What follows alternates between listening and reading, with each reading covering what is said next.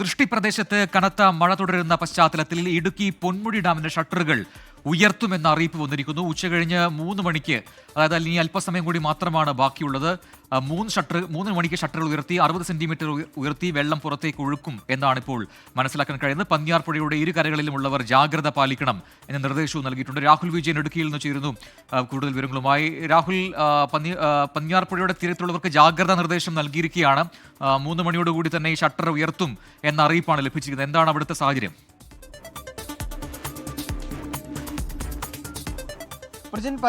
പരമാവധി സംഭരണശേഷിയിലേക്ക് ജലനിരപ്പ് ഉയർന്നതോടുകൂടിയാണ് ഈ പൊന്മുടി ഡാമിന്റെ ഷട്ടറുകൾ തുറന്ന് വെള്ളം ക്രമീകരിക്കാൻ വേണ്ടിയുള്ള നീക്കത്തിലേക്ക് KCB പോയിരിക്കുന്നത്.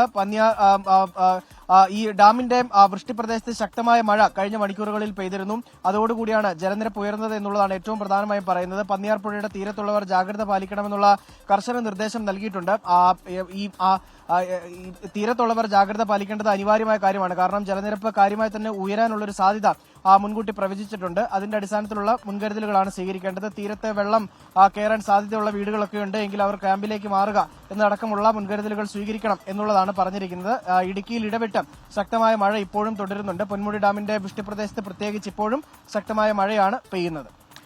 രാഹുൽ വിജയനാണ് ഇടുക്കിയിൽ നിന്നും ആ വാർത്തയുടെ കൂടുതൽ വിശദാംശങ്ങളുമായി ചേർന്നത്.